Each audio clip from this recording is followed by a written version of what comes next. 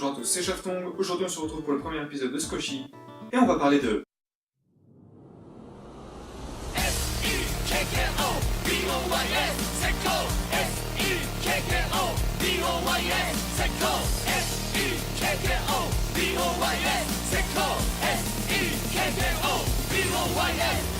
Donc, Seiko Boys est sorti le 8 janvier 2016 et s'est terminé le 25 mars de la même année, soit 12 épisodes de 8 minutes chacun, produits par Kadokawa Pictures Japan et Ultra Super Pictures, licenciés en France par Crunchyroll. C'est une œuvre originale et c'est Liden Films qui s'occupe de l'animation. Ce sont les mêmes qui ont fait Arsène Senki, Miss Monochrome, Yamada Kunta Nanenin no Majo, Udon no Kuni no Kiniro Kemari, Terraform Mars, Kanojo to Kanojo no Neko. La refonte de Kanojo to Kanojo no Neko.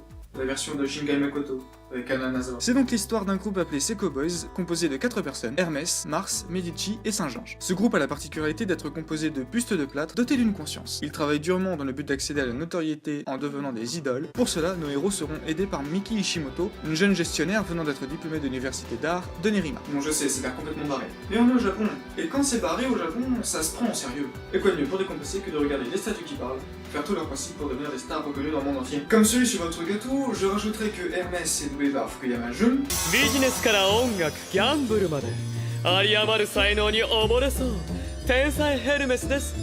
Que vous avez pu voir sur ces personnages-là aussi.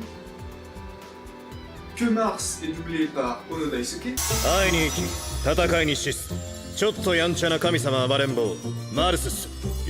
On voit que vous pouvez coller sur ces têtes-là. Que Medici est doublé par Shinnosuke Tachibana.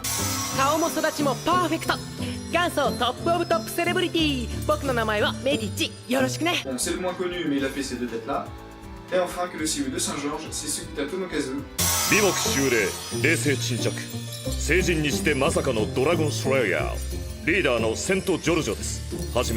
Autrement appelé Sakata Gintoki. Mais je te vois venir. Oui, toi, petit fan de SAO.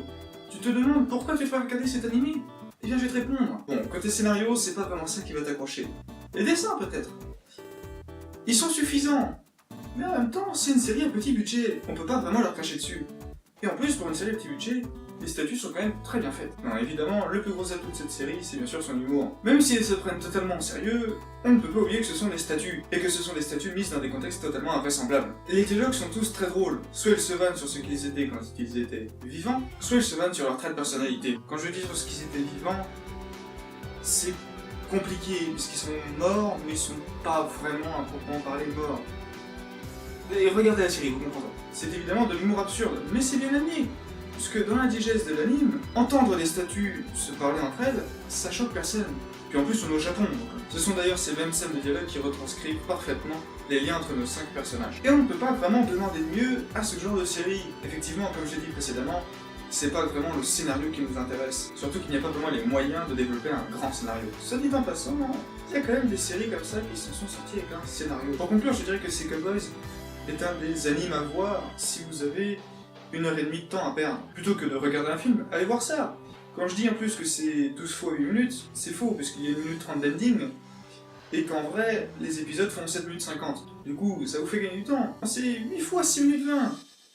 C'est bien, c'est court, et c'est drôle. Bref, mon avis là-dessus, regardez-le. Faites-vous plaisir, faites-moi plaisir, regardez Seiko Boys. De toute façon, je suis sûr que si on regarde les notes sur internet, tout le monde a adoré. Je déteste les Anglais. Ah oui, au fait, bonne année.